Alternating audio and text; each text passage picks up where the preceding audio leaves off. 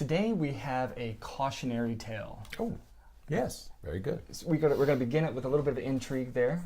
Right. We're going to talk a little bit about science today. And this came from a question that you were asked. That's right. We were sitting at the table a few days ago, and my college-aged daughter, just out of the blue, said, "Hey, the president made a comment today that vaccinations cause autism." She's interested because she works in a hospital and she's going to become a teacher or a child life specialist. She has an interest in children and knows about some of these things. And she said, he made a statement that vaccinations cause autism. And I took a very deep breath, a couple of deep breaths, to decide how should I address this issue, so that it would be an academic discussion and not just a visceral response. Sure. So I tried to organize my thinking. And so we did have a bit of a discussion, and then it got me thinking about this whole question of vaccinations and why this issue doesn't go away. Right. So my second question is, why are we still discussing this, and why can't we put this to rest? Right. Okay. So that started us down this path. And it's from there that we branched to, we need to talk about science in general, because we have an issue where, and there's a couple of reasons why this is important for things that we talk about here on the podcast. Right. And the reason that it's important is because science is what we have. Science helps us understand the world. It helps us understand ourselves. It helps us understand what helps us, what doesn't help us, what's good for us, what's bad for us. And science is the best that we have at trying to understand the way we work, the world works, and the way that everything interacts with each other. You can take a very simple example such as, does this diet work? There's a lot of talk about keto and South Beach and Atkins and Weight Watchers. And you make those decisions based on research. Right. So it's science, okay? The O-rings in the Challenger disaster, okay? In the 80s. We learned, or the control systems in the 737 that we're hearing about today. Oh, yeah. Well, it's science. It's through science that we answer those questions, okay? And it's all we have. Right. It is the only thing we have to become knowledgeable about how our bodies work, how the world works. So whether we're talking about climate change or vaccinations or whatever the controversy, flat Earth, is the Earth round or square? Whatever we discuss, whatever we want to talk about, we inform ourselves through science, through scientific research. Right. And so, what science does for us, it kind of divides information into a couple of different categories, if you will. So we have knowledge, we have the things that we know, and those, of course, leads to facts. Right. We know some things beyond a shadow of a doubt. Truthfully, there's not a whole lot of those. There's more theories than there are laws, for example. It's hard to talk about facts because if you get to a molecular level, there's more space than matter, and it gets very complicated if you go to an atomic level. But if you can confirm something with your senses, it's probably real. Okay, if you can touch something or taste something, that's a real entity. Okay, but there aren't, unless you can confirm it with your senses. Right. But science, and there's two things we need to talk about. You mentioned one of them was theories. Science doesn't prove anything. Right. It doesn't attempt to prove anything. What science does is that it provides evidence. Right. Okay. This is as much as we know about this. We've studied it a number of different ways. We've been very thorough and careful. Other groups have studied it, and this is the information that we have. Science doesn't claim to prove anything. Right. So when you argue that, well, there's no proof of that. There's no proof that the Apollo 10 actually landed on them. Right. That's not science's job to prove anything. It doesn't do that. Right. It reminds me of like when you take a statistics class and you're looking at a particular stat and like a t-test or something, and it gives you this information and it says whether it's significant or not significant. Right. And you can't say that because it was significant, it proves X, Y, or Z. All you can do is say it supports the idea that this or that. And if but it can disprove. Science is better at disproving. Right. Okay. It can disprove. Right. And that's really its value, is you can disprove things with science. And that's why arguments such as proving the existence of unicorns or you can't, because you can't observe it. In order to have science, you have to have something to study. Right. You have to have something. You have to have bones or buildings or something to study. Right. If you don't have anything to study, then science doesn't have any place in that. Then it's either faith or belief or it's some other system. But it's not science. Right. For science, you need something tangible to study. Right. And those other things are important. Faith and belief, all those things are important. Right. But they are not.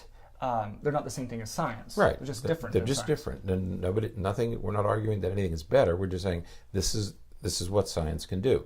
Now, if we don't fully understand something, we can develop ideas based on the evidence that we have. Right. So, for example, evolution. Right. Okay. We have some fragments, some evidence of things, and so people develop a theory. We don't have enough evidence to say this is exactly what happened. What we have are theories that we continue to collect data about. Right. The wonderful thing about science is that it constantly changes based on new evidence. Right. So every time we get new evidence, for example, there was an article in National Geographic recently about the Dead Sea Scrolls and that discovery of those things, and how that added to our understanding of biblical text. Okay, so that added to our theory about where this came from. It makes me think of, if we bring it back to our field of neuroscience, for the longest time we believed that you were born with as many neurons as you're ever going to have. That's right. And then we learned, okay, well, when you're around 2, you're going to have this explosion of new neurons. And then, oh, well, you know what? When you reach puberty, you're going to have this. And there was a recent study published that suggests that even as adults, we produce new neurons in our hippocampus, into adulthood. So we're constantly learning, and we have to be so cautious to say, this is a fact or that's a fact, because that starts to put us in a direction that that's dangerous. It's dangerous because it will stop research. It can potentially stop research. We say, oh, well, if we have all the answers to that, we don't need to look at it anymore. But it also puts us in a situation where we start to believe something and make decisions based upon that belief that's not completely accurate. Right. And so all that we can ask science to do is take the pieces, the fragments that we have, and some things you can document and say, yeah, we're reasonably sure. We're never, we don't like proof, okay? We're not out to prove anything. But based on all the evidence, this appears to be the best way to proceed, okay? This seems to be the best explanation, okay? And so whether we're talking about evolution or climate change or vaccinations or treatments for the common cold, we just finished a flu season, okay? What's the best treatment? So there's this thing called Tamiflu or something. I've never taken it, but I know there's this Tamiflu. Does it work? Is it effective? Well, we learn that through, does it cure anything? Does it prove it? No. But the evidence suggests that if you take Tamiflu, you'll either won't get the flu or you'll have minor symptoms. Right. Okay? You do research, and it shows that most people who take this are relieved of their flu symptoms. Right. It doesn't do that for everybody. Right. It does that for most people. Right. It makes me think of when we have these these dietary suggestions that says eggs cause high cholesterol, which causes high cardiovascular problems. Right. So don't eat eggs. Well, and then a couple of years later it says eggs are the best things that you can eat. That's right. That's right. Okay. Well, so what are we doing here? We're not proving anything. We can't say that eggs cause something to happen. Right. We can say that there's a relationship, and then as we get more evidence, we can say, well, now we understand that relationship is a little bit more complex than we thought it was before. That's right. And we keep evolving in our understanding of things. And that's, the egg is a good example of something that we were told to avoid, and people say, well, scientists don't know. No, scientists know exactly what they're talking about. What happened was we got additional evidence. Right. And so your evidence changes your understanding, not your belief. It changes your understanding. So with additional evidence, we change our understanding. Might it change again? Absolutely. As we continue to research on eggs, it could change again based on the additional evidence. Right. What you have to avoid, and what we're asking people to avoid, is if you refute the evidence, which it's perfectly okay. I mean, that's how we learn, by debate and discussion and differing. If you want to refute science, if you want to refute what we believe is the best explanation, bring your data to the discussion. Bring your evidence to the discussion, okay? And you have the obligation, if you're going to enter a discussion that's based on science, then bring your evidence with you. And what we mean by that is, if you have massive amounts of data, and by massive amounts of data, I mean, there was a study done in Denmark a year or so ago. It was a 10 or 11 year study, 1999 to 2010. Okay. 671,000 participants. Okay, that's an enormous data set. And all of those data said, we don't see any link between vaccinations and autism. Right. Okay? That they're not saying there is no link. Right. There's no evidence of a link. In all these data, there's no evidence that vaccinations cause autism. And the problem is, and just so that we're clear, is the word cause. That's right. We can't say that there's a cause, because if you think about what you have to do to prove causation, causation has to be universal. It does. There's a universality about causation. If you're going to say this causes this, it has to happen every time. Right. Otherwise, we're saying the two things are related to each other in some way. Now, I know there will be those who say, well, they don't say that it causes it, meaning universal. What they'll say is that in some children it causes, and that's and I can live with that. Can live with that, except we still have to figure out what it is that is the commonality between all those children, all those individuals, that creates the causation. If the vaccinations were the cause of autism, they would be, every child who got vaccinated would get autism. Right. Okay. So we know that's not the case. Right. Because many of us were vaccinated, we don't have autism. Right. Okay. There is some, if you want to make the argument that it is related in some cases, then let's produce that evidence. Right. Okay, let's have a scientific inquiry into why did these particular children respond differently to the vaccine. Was it the vaccine? Was it the liquid that the vaccine was in? Was it the amount of the vaccine? We don't know. We just don't know. Let's have that scientific inquiry. But let's not have, what we have to avoid is to say that it causes, because that's just not true. I mean, there's no, when I say it's not true, there's no evidence that it really is the cause. It may be. It may be in some individuals. But that's an empirical question that we have to research. And there are people doing that research right now. But they're not celebrities, and they're not presidents, and they're not politicians. They're scientists. And scientists have a different set of obligations and rules.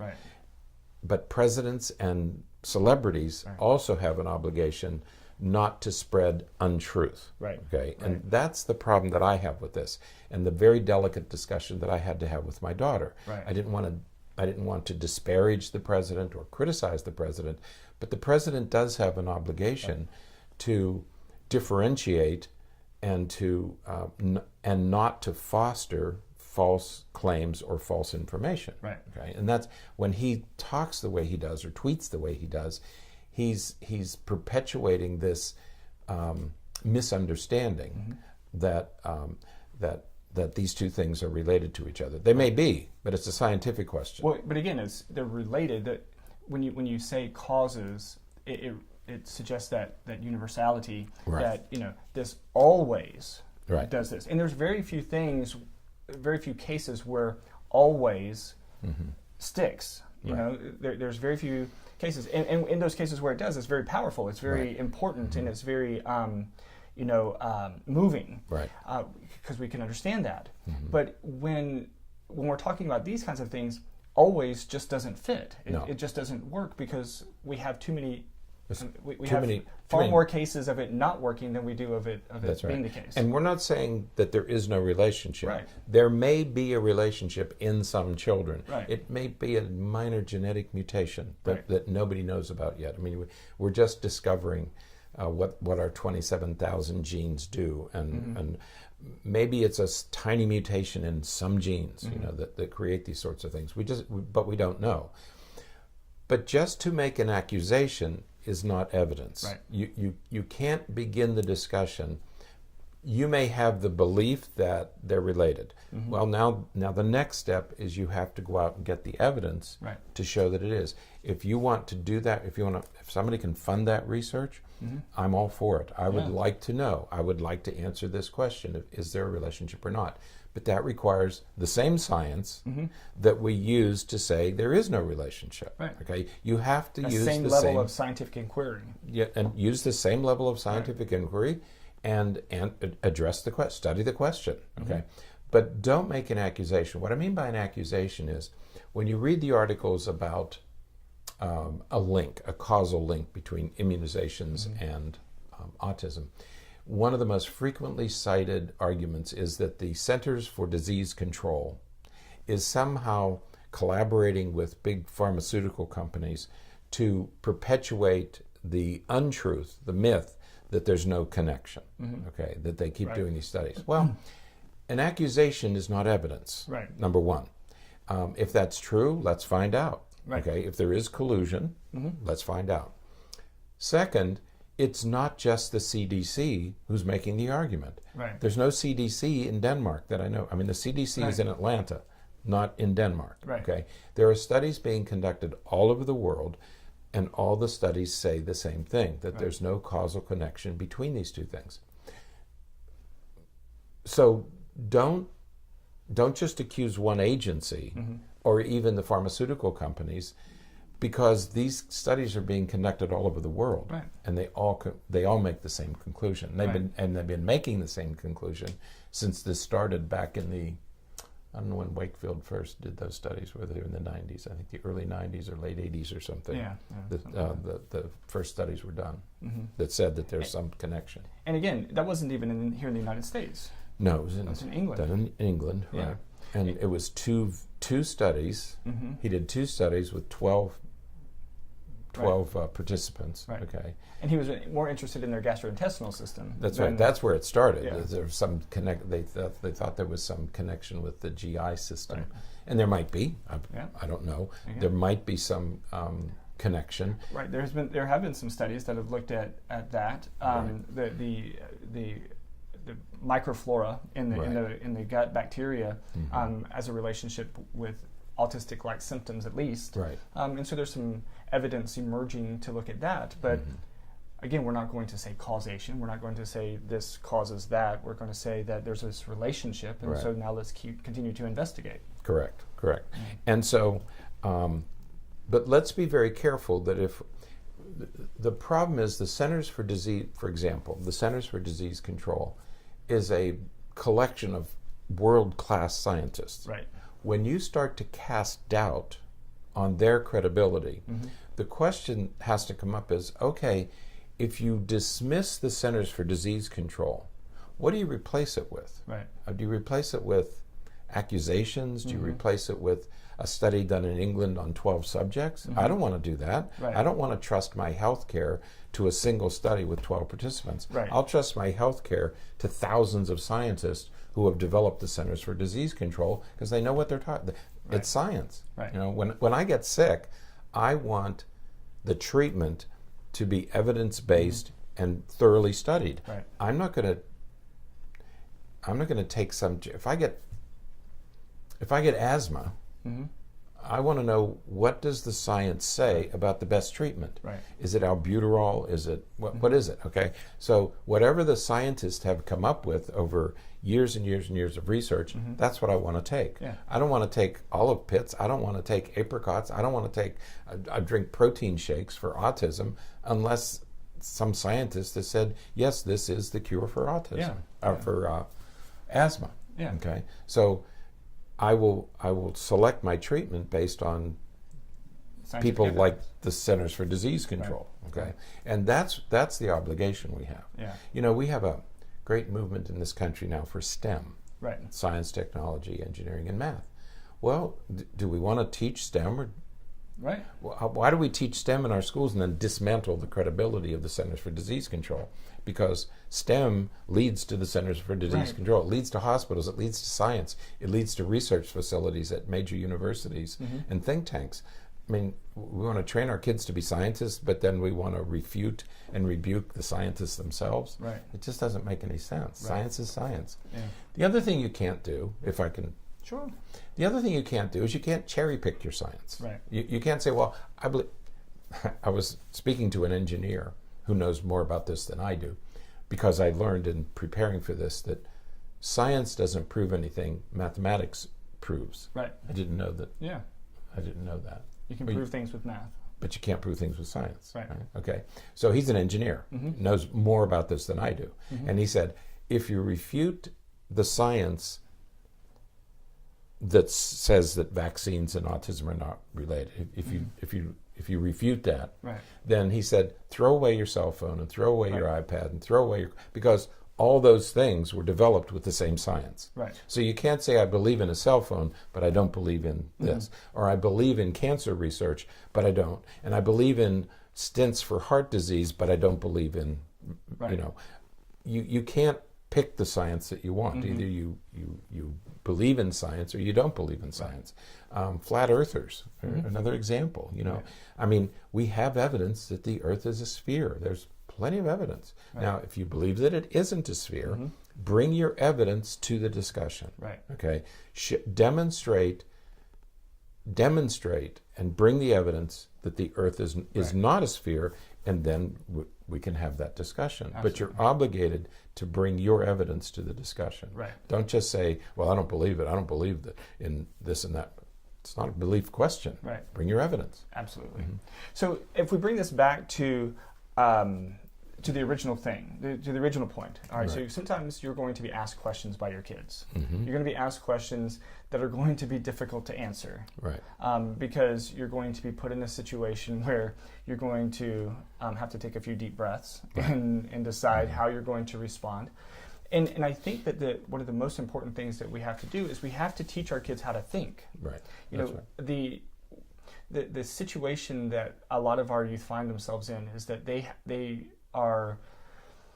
feel obligated to believe what they're told. Because that's what happens in school. You're told this is how you write an essay. This is how you solve this problem. This is how you do this or how you do that. And they're looking for a formula to understand everything. And so, you know, in this particular situation, there's many times what youth are looking for is a yes or no. Is this true? Yes or no. Right. We don't always know yes or no. And so what we need to teach our kids to do is we need to teach them to think. Let's look at the evidence. Right. Okay, so we have these different studies. We have Wakefield study that has 12 participants. We have this Denmark study that has 651,000 participants. Let's weigh those two and see which one feels as though the evidence is stronger. Right. Okay. And the Denmark study was a multi-site, multi-individual study. The Wakefield study was done. Well, there were other participants, but there were other researchers. But it was a single. There were two studies done. Okay, Right. and that's what. And you have to teach kids to think critically Right. about what they're being told and who's telling them. The other thing is, the Denmark study has been peer reviewed over and over and over again, and it continues to be the evidence. Right. Wakefield study was peer reviewed, and it was rescinded. It was taken out of the journal, and he lost his medical license to practice because it was considered fraudulent data. Okay, so other scientists have examined Wakefield's work, and they have found it to be flawed. Scientific, it didn't adhere to the strictures, the rules of scientific inquiry, and so other professionals said these data are not true. Okay. Right. And people talk about all the lies that CDC or Big Pharma or everybody has told about vaccines. But in fact, the one study that has been shown to be fraudulent is Wakefield's study. Right. I don't know Wakefield. I don't know anything about him. Right. But we have to use again, what's the evidence Right. that we have? It's Right. not a personal level. It's not a personal criticism of him. It is, what data do we possess? Right. What data do we have? Right. And the other piece that we have to teach our kids is to look at what their reality shows them. Right. You know, you could tell your daughter, okay, so let's think about do vaccines cause autism? And say, honey, you were vaccinated. You don't have autism. You don't have autism. So there can't be that kind of causal link. Yeah, there was the wife of a White House official who has a platform because her husband's a communications director of the White House. And so she has a platform. I mean, when she talks, when we talk, no, NBC isn't here. Right. But when she talks, NBC shows up, or CNN. And she said, children should get measles because it helps their immunizations and it prevents cancer. There's no evidence that that's true. I mean, I don't know where she learned that or heard it, but there's not a physician in the world who there is no science to support that statement. Okay, but that continues. If it's coming from the White House, then it gives it legitimacy. Right. And these kinds of statements should not have legitimacy because it's misinformation that could hurt people. Right. Also, 109,000 kids died last year, or 2017, of measles. Right. I mean, so 109,000 children died of a preventable disease. My mother's 95 years old. If she gets exposed to measles, she could get the measles, and measles could kill her. Yeah. Okay? So, not to immunize your children, it's not just about your children, it's about everybody else. Right. You know, what about the other children? What about the elderly? What about people who are frail and infirm? You're going to be exposing them as well. Right. You know? Yeah. So we have in several parts of the country right now, we're approaching epidemic proportions of a preventable disease. Right. Okay, and so, you know, those are the things we need to think about. Right. And so I had to talk to my daughter about science, which was a healthy discussion for us to have anyway about what science can and can't do. And we also had to talk about the implications of people who have a platform, whether it's the president or somebody in the White House has a platform to present these alternative explanations without scientific evidence. There's no evidence for it. Okay, Absolutely. so just because it comes out of the White House, if there's no evidence for it, you have to be very, very cautious. Absolutely. So we have to teach kids that kind of critical thinking. Right. So. All right. Well, then that is Thank you for indulging us in this little rant. That's right. So until next time, stay happy, stay healthy, and forget to be afraid.